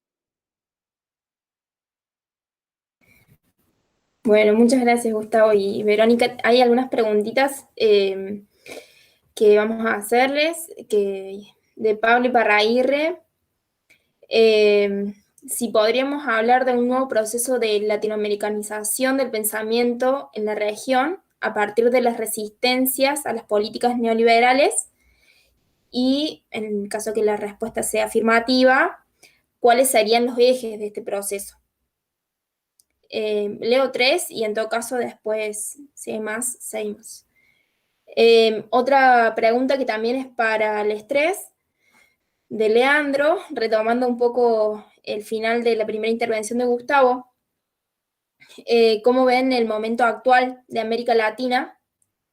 Y por último, de Sebastián Maita, ¿cuáles podrían ser él o los aportes de la historia latinoamericana desde una metodología comparativa, pensándola desde la realidad social actual en constante transformación, que un poco retoma la intervención de Verónica, pero para los tres panelistas? Bueno, eso por el momento y después seguimos si nos da el tiempo. Adelanto desde ya que Isabel, bueno, se tuvo que retirar y pide disculpas, pero bueno, le surgió un inconveniente.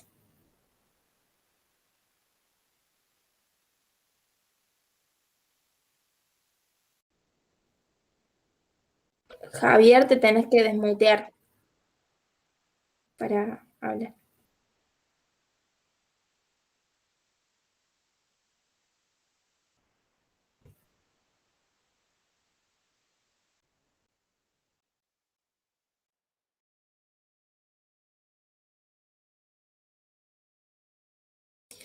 Bueno, si quieres arrancar, Mario, vos, que hablaste menos, con estas preguntas, y así, ya que rompiste el hielo con las preguntas vos, bueno, ahora rompes el hielo con las respuestas.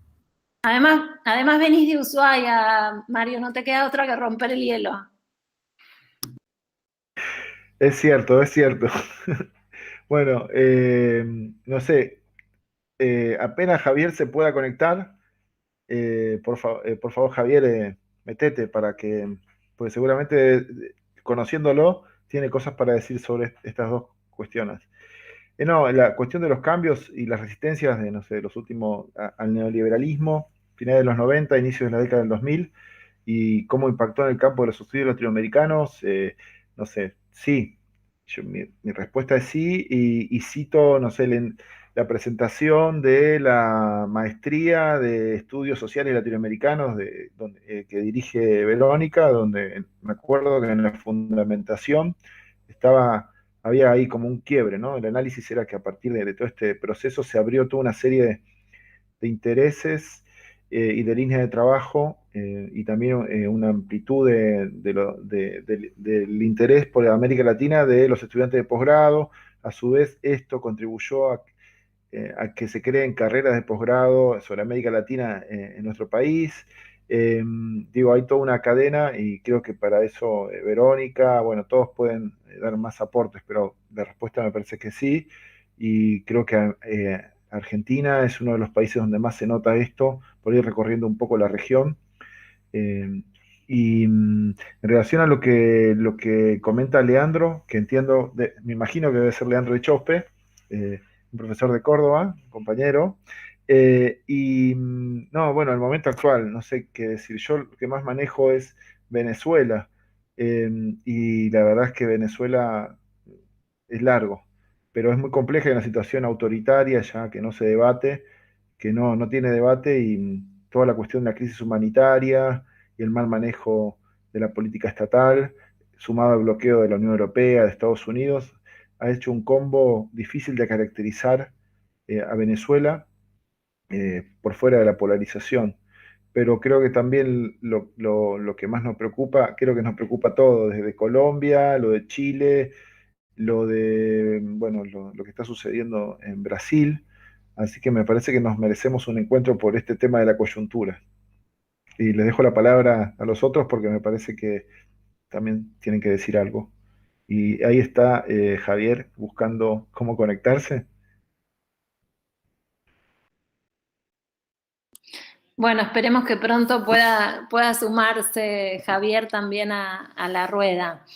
Si les parece, no sé, Gustavo, ¿querés seguir vos? ¿Sigo yo? ¿Qué tenés ganas? Avanzá, Verónica. Bueno, quizás mientras contestaba Mario a las preguntas, pensaba en dos cuestiones. Una es que como movimiento de cambio estructural, los movimientos feministas y de mujeres reclaman una situación que es global, ¿no? Que es la final del patriarcado, ¿no? Algo que pesa estructuralmente sobre todo el planeta.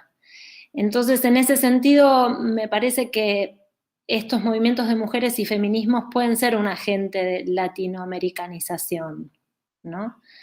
Incluso hasta me atrevo a decir que pueden ser un agente emancipatorio, ¿no? Con algunas notas al pie, ¿no? Porque justamente el trabajo que estoy haciendo sobre mujeres y derechas pone el acento en la necesidad de no caer en la trampa de esencializar al sujeto mujeres o a la capacidad emancipatoria per se del género, ¿no? Justamente poniendo como por delante algunas expresiones de mujeres como Margaret Thatcher y lo que eso implicó por ejemplo, en la serie The Crown y la visión que se ofrecía para el consumo popular de una mujer con esas características, ¿no? Donde se apela a una cosa que se está dando en llamar feminismo cultural, ¿no? Un feminismo que no tiene consignas políticas emancipatorias. Y por el otro lado, mientras hablaba también Mario, pensaba que en América Latina periodizamos y tenemos como muy presente las crisis, ¿no? Las coyunturas para medir estos tiempos, de estas temporalidades de las que habla Prodel, y las crisis en general las ubicamos en relación a crisis globales, ¿no? La crisis del 30, por efectos del crack del 29, la crisis de la deuda en el 82, 80s. Y entonces pensaba ahora en la crisis del COVID, y que esa crisis, si la del 29 tuvo su origen en Wall Street y la de la deuda tuvo su origen en la cesación de pagos de México, podríamos decir como punta de lanza, un efecto dominó, la crisis del COVID tuvo origen en Wuhan.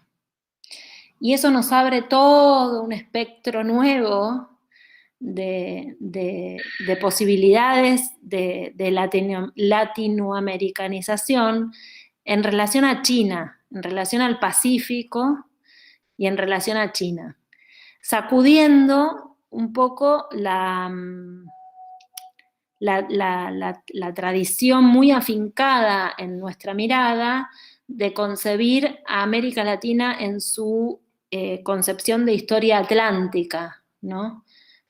Con sus metrópolis en Iberoamérica. Entonces, creo que ahí hay unos desafíos enormes también, ¿no? Porque así como no podemos declarar per se al sujeto género, a la dimensión género per se emancipatoria, tampoco podemos decir que per se el vínculo con China va a ser imperialista o no. Me parece que los problemas son complejos, que hay que analizarlos con esa complejidad, tratando de bucear en esa complejidad, y que adentro de China, como las cajas chinas, adentro de China hay muchas chinas. Entonces, bueno, ahí está, por ahí iban mis pensamientos mientras escuchaba las preguntas y mientras Mario también hacía su aporte.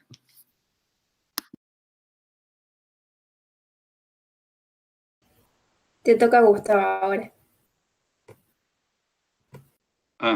Ahí logré, creo, que funcionara el micrófono.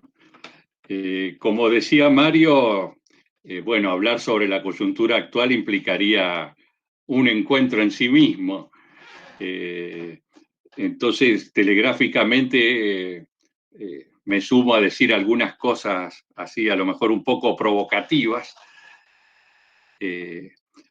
pero me parece que hay elementos que sí, que hay que ir sumando para ir componiendo este cuadro complejo que es este presente.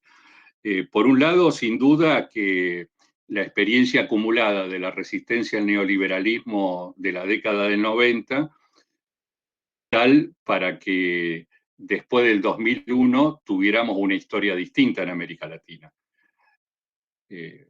Digo el 2001 por poner una fecha emblemática que es significativa para nosotros, pero bueno, que Chávez en Venezuela es anterior, que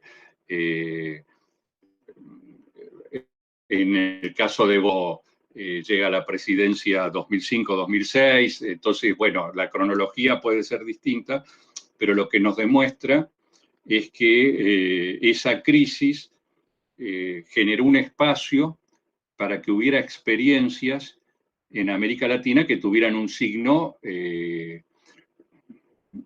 que no eran en línea directa con lo planteado por el neoliberalismo. Sin embargo, a partir de lo que pasó en Honduras, fuimos viendo cómo se fueron generando distintas iniciativas y distintas respuestas por parte de las derechas. Y todo esto tuvo un salto cualitativo cuando llegó Donald Trump a la presidencia de Estados Unidos y Jair Bolsonaro a la presidencia de Brasil. Entonces, bueno, Mario está con el tema de los asilos. Ahí tenemos Evo Morales y García Linera viviendo esta incluso posibilidad de peligrar sus propias vidas, y la intervención de México y Argentina en ese momento bueno, todavía no había asumido el presidente Alberto Fernández, pero fue muy valioso para resolver esa cuestión.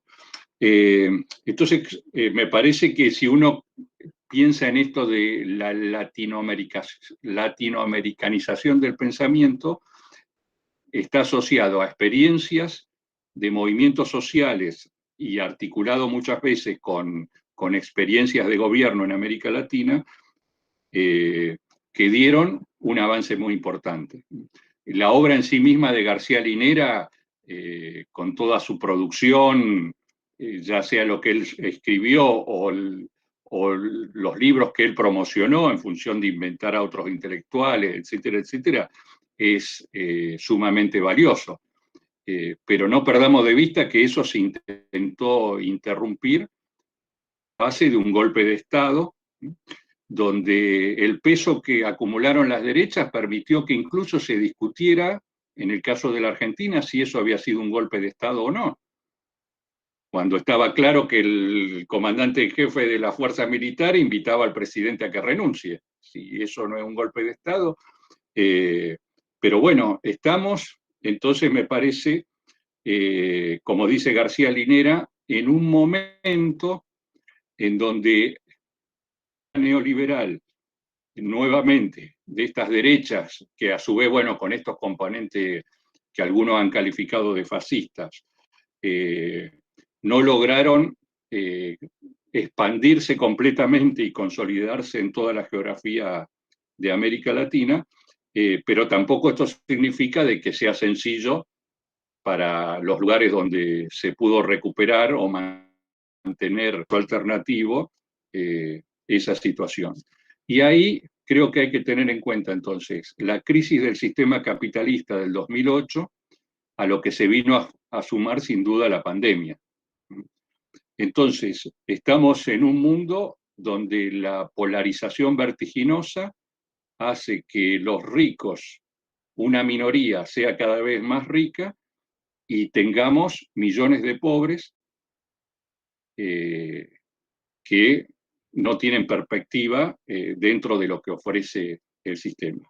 Si a esto entonces de la desigualdad social, las expresiones autoritarias, pensemos que todavía en Perú no se reconoció que ganó las elecciones el que más votos sacó.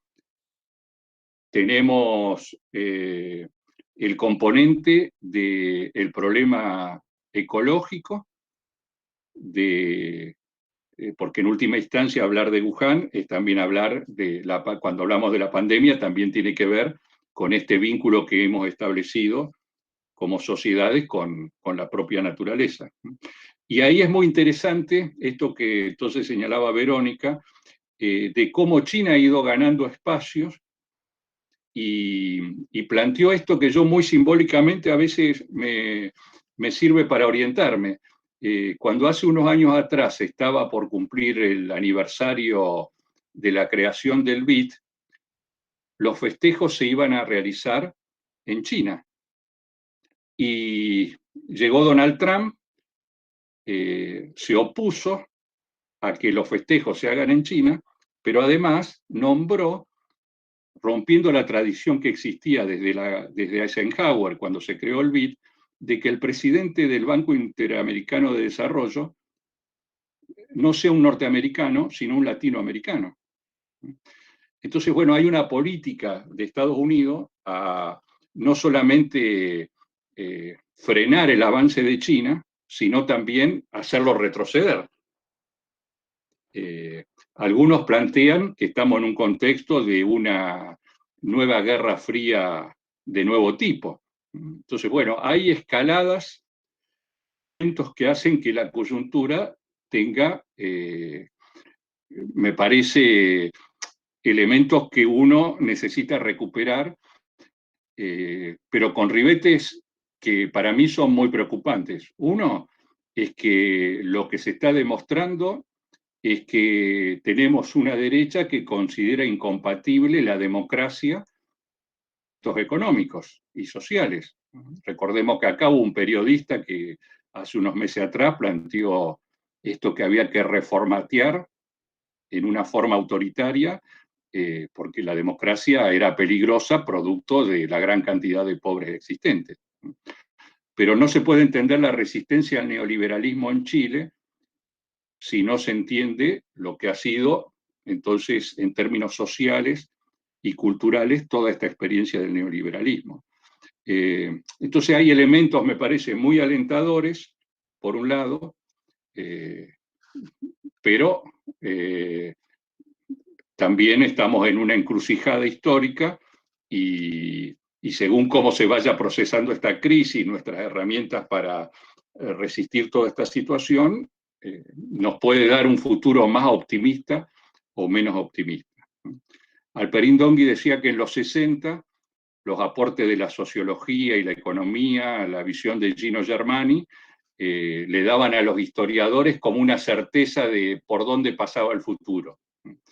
Ahora ese futuro es mucho más difuso, con signos de interrogación, con elementos contradictorios.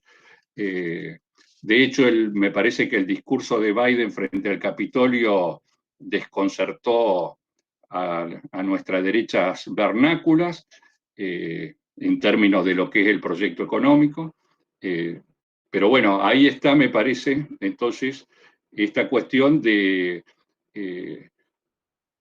descartar que una de las claves de los problemas que tenemos es la sustentabilidad de la democracia frente a estas ofensivas de las derechas, que, bueno, si no hubiera existido la pandemia, tendríamos otro contexto, pero este es el contexto en el que estamos, y estas contradicciones, me parece, nos obligan a tener que pensar de que, bueno, según cómo evolucionen los movimientos sociales, las fuerzas políticas y la respuesta a las crisis, podemos tener un futuro más promisorio o menos alentador en términos de integración y fundamentalmente de soberanía, que es de lo que eso se trata. Entonces, el único país de América Latina que va a tener su población vacunada con la vacuna que ellos mismos fabricaron fue Cuba. Entonces, bueno, me parece que hay una agenda de temas que, si aspiramos a ser países soberanos, no podemos estar subordinados a, digamos, a recursos que tendríamos que estar garantizando nosotros como países, como pueblos latinoamericanos, a la hora de dar respuesta a más urgentes y graves.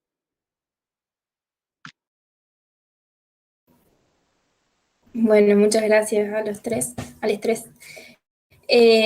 Bueno, primero contarles que nos están acompañando también, escuchándoles, Waldo Ansaldi y Saúl Casas, así que le mandan muchos saludos. Y Waldo, bueno, va a retomar algo que en cierta forma Gustavo y Verónica también plantearon, que es el problema de la larga duración.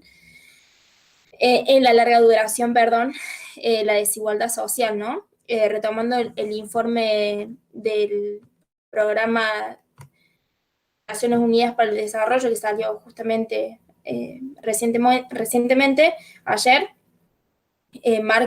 sigue marcando que América Latina sigue siendo uno de los continentes más desiguales del mundo. ¿Qué hacemos desde las ciencias sociales con eso, no? Y una pregunta que Javier sigue muteado, pero la vamos a tratar de retransmitir a Mario, en torno a la tríada exilio, refugio y asilo que proponía, pensar otras experiencias no latinoamericanas, que sería lo concreto, digamos, de esta tríada para América Latina, y cómo pensar algunos otros casos que salen de los propios asilos dentro de América Latina, como el caso Assange, que involucra no solamente a Ecuador, sino también al Reino Unido.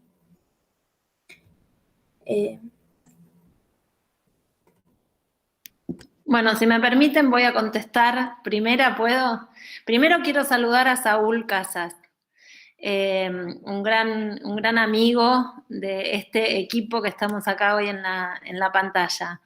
Y también quiero, además de saludarlo, cuando pensé en Saúl, volví otra vez al tema de la artesanía intelectual de Wright Mills, porque Saúl es un gran saxofonista y durante la pandemia me enteré que además es un gran artista plástico. Hace unas pinturas sobre cartón hermosas. Hay que pedirle que las muestre un poquito más, porque no las estaría publicando. Pero entonces pensaba en que necesitamos de esas dosis de creatividad para pensar los problemas, y ahí voy a la pregunta de Waldo, porque una vez la escuché a Patricia Funes, creo que fue cuando presentó su libro, resultado de su tesis doctoral, donde le agradecía a Waldo el haber el haberla acompañado en ese proceso de formación. Y Patricia dijo que Waldo le había enseñado a mirar por los lugares menos obvios, a encontrar problemas de investigación por los lugares menos obvios. Y eso también es resultado de una mirada creativa, ¿no?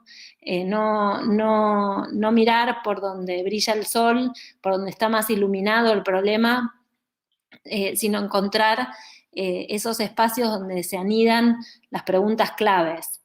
Y en respecto de la desigualdad social como estructura de larga duración, Waldo fue un gran contradictor.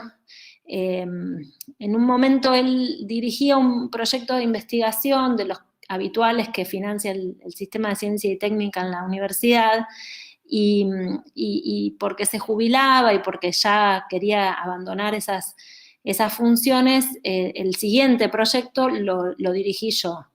Lo armamos, lo presentamos, él apoyó con su firma y demás, pero cuando llegó el título del proyecto, tuvimos una larga discusión porque no estaba de acuerdo. El proyecto se llamaba Las Nuevas Derechas en América Latina, y Waldo no estaba de acuerdo con el adjetivo nuevas, ¿no? Y entonces ahí, una vez más, nos obligó a pensar en esos lugares menos sospechados, que paradójicamente era el sistema de clases. Era la teoría marxista clásica, si se quiere, donde mirar un aspecto que es constitutivo de las derechas, que es la desigualdad social, la promoción de la desigualdad social como forma de reproducción de clase. Y entonces ahí hay algo que, bueno, ¿qué debemos hacer para poder reconocer esto? En primer lugar, reconocer su existencia, no caer en esas trampas. Y bueno, el siguiente proyecto no se llamó más Las Nuevas Derechas, o mejor dicho, no le pusimos más el adjetivo nuevas, y nos dedicamos a pensar por qué le estábamos diciendo nuevas a algo que venía de larga data, ¿no? Así que bueno, gracias Waldo y gracias a todos ustedes por este espacio.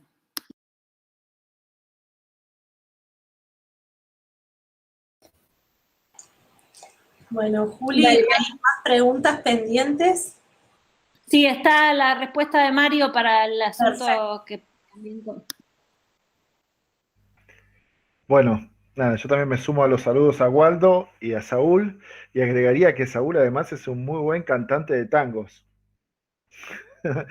y de boleros. Bueno, Saúl, Waldo, un abrazo, y también a todos ahí los cordobeses que estoy detectando que están.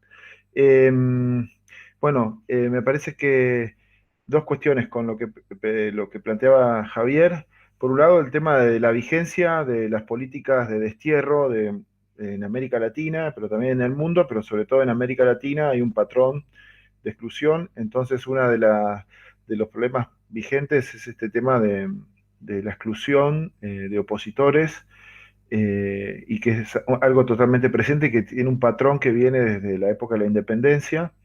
Y me parece que tenemos que estudiar, obviamente, también los exilios en el presente, y en esto me gustaría citar el trabajo muy importante que están haciendo muchos académicos colombianos que están justamente en el exilio en este momento,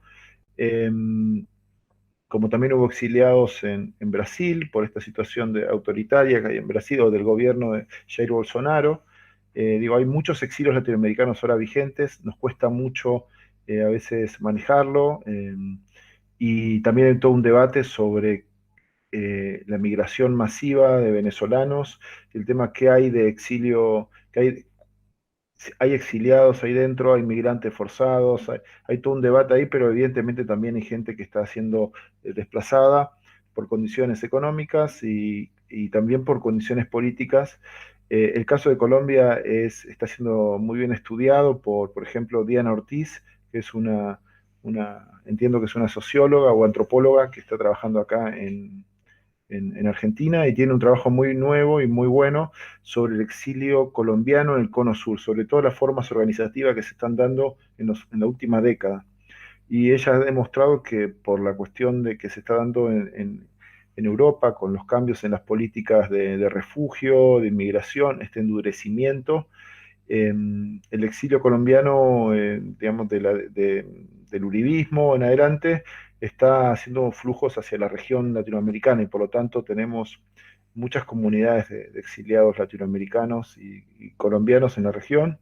Argentina tiene bastantes y de hecho hubo el Museo Nacional de la Memoria y Memoria Abierta, junto con las organizaciones de colombianos, organizaron el año pasado una actividad sobre este tema donde se vio que hay un montón de trabajos de colombianos en el exterior sobre este tema y también muchos exiliados colombianos que participaron de ese evento y es algo totalmente presente y me parece que en ese plano también la cuestión de la solidaridad es muy importante, la solidaridad con estas personas que son víctimas de persecución y también la solidaridad en la denuncia de estos gobiernos. Y todo esto me lleva a la otra cuestión, que es que los gobiernos, hay que presionar para que los gobiernos de la región y del mundo respeten la legislación del derecho de asilo, el derecho al refugio, desterrar de la política latinoamericana el destierro y el exilio, y para esto son todos problemas políticos de primer orden. Me parece que los estudios que podamos hacer, que podamos desarrollar, y las intervenciones que podamos generar, tienen que contribuir a mejorar este tema, sobre todo en el plano político. Y, nada, y después en relación a lo del caso Assange, por un lado es interesante lo que planteas, porque plantea, por un lado, está la tradición latinoamericana de asilo y también está la figura del asilo en el marco de la jurisprudencia de Naciones Unidas, pero a su vez el Estado, el Reino Unido no reconocía, que no suscriben esas convenciones, entonces había una situación ahí de cómo se resolvió con este escándalo del gobierno de Lenín Moreno que decidió retirarle el asilo, algo inaudito, y justamente el asilo tiene como principio la no devolución. Entonces, nada, y te diría que el otro tema también es el tema de lo que se dio, por ejemplo, con Alan García, el expresidente que nombré, ¿no? Que esta cuestión de que el gobierno de Uruguay evaluó la situación y decidió no darle el asilo diplomático y por lo tanto no habilitar el pedido de salvoconducto para sacarlo de Perú, porque bueno, no estaba, según el gobierno, el gobierno uruguayo no corría peligro y tenía que había condiciones para que sea juzgado por los delitos por los que estaba siendo acusado en una corte peruana y por lo tanto, bueno, pasó lo que pasó, ¿no? Se suicidó. Digo, hay una situación muy vigente. El caso de Evo Morales y bueno, Álvaro García Linera y todos los militantes del MAS que estuvieron exiliados en México y en Argentina. Nosotros en Ushuaia lo vimos, a Evo Morales estuvo en esta gira que hizo cuando estuvo exiliado acá, estuvo en Ushuaia, pero también sé que estuvo en muchos lugares. Así que nada, es un tema muy vigente y me parece que tenemos que estudiarlo y también hacer solidaridad con los exiliados latinoamericanos y del mundo que están en nuestra región. Nada más que eso.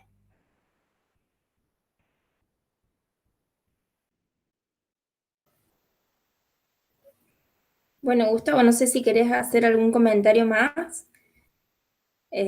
Si no, le damos la palabra a Isabel para el cierre de las intervenciones, pero si querés hacer alguna en torno a estas preguntas que hacía Waldo.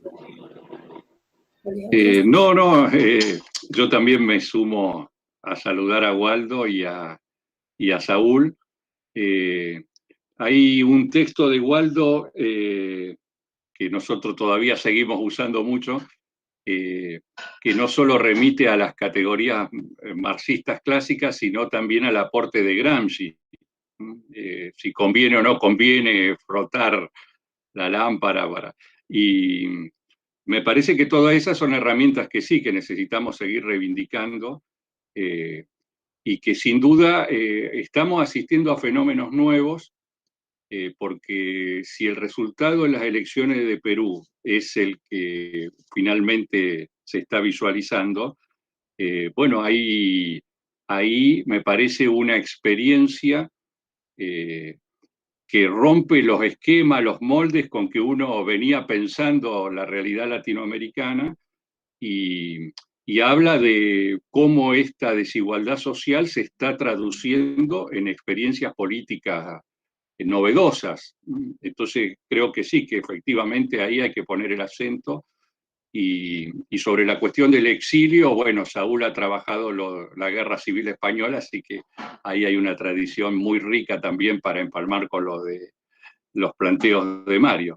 Pero bueno, yo me detengo acá porque creo que han sido muy claros mis compañeros en estas respuestas y le doy paso a Isabel entonces. No, es simplemente para reiterar lo que todos han dicho, las gracias. Disculpen, tuve un problema, me tuve que retirar, tuve un problema de acceso a la computadora del hogar. Cosas que pasan en esta situación. De verdad, muchísimas gracias. Me dijeron que Javier tiene un silencio impuesto por la computadora. Así que supongo que me voy a sumar a lo que él diría, a agradecer a unos colegas tan queridos por los docentes de la Universidad Nacional de Córdoba, especialmente por el equipo de Javier, pero también otros docentes que están presentes y que han mandado sus saludos en el YouTube, como Leandro Inchaupe, Ana Carol Solí, bueno, y otros docentes de las cátedras de Americana y Argentina, y todo el equipo de Americana 2 que coordina a Javier. Así que muchísimas gracias y esperamos verlos pronto en un nuevo espacio que podamos organizar. Muchas gracias y buenas noches para todos y todas.